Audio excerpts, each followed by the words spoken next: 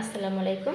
প্রতিদিন কাজ আর কাজ, সকাল থেকে সন্ধ্যা পর্যন্ত একই রুটিন।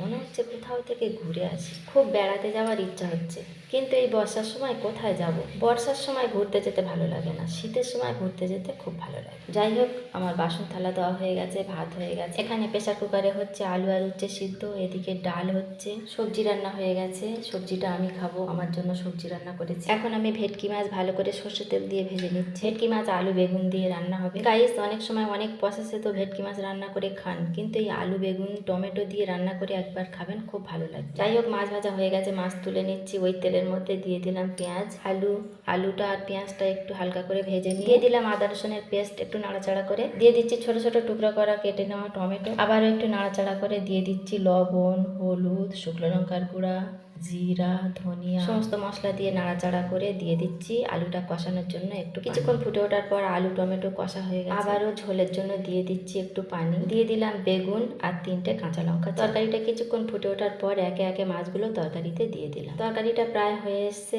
এই মুহূর্তে দেখে নিচ্ছি লবণটা ঠিকঠাক আছে কিনা। লবণটা সামান্য একটু কম হয়েছে, আবারও একটু সামান্য লবণ নিয়ে তরকারিতে ছড়িয়ে দিলাম। ব্যাস, কিছুক্ষণ একটু ফুটে ওঠার পর হয়ে গেল তরকারি। সব শেষে তরকারিতে একটু জিরা মরিচের গুঁড়া ছড়িয়ে দিচ্ছি। জিরা মরিচের গুঁড়াটা আমি সবসময় বাড়িতে বানাই। তরকারির শেষে জিরা মরিচের গুঁড়া দিলে সুন্দর একটা ফ্লেভার আসে, খুবই টেস্টি হয় তরকারি। জিরা আর গোলমরিচ ভালো করে ভেজে আমি শিলে ফেলে গুঁড়া করে নিই। আলু আর উচ্ছেটা মাখিয়ে নিচ্ছি। আলু আর উচ্ছে মাখা খেতে খুবই ভালো লাগে। গাইস, আলু আর উচ্ছে এইভাবে আপনারাও মাখিয়ে খাবেন। তো ভিডিওটা আজকের এই পর্যন্ত। সবাই ভালো থাকবেন, সুস্থ থাকবেন। আল্লাহ হাফেজ।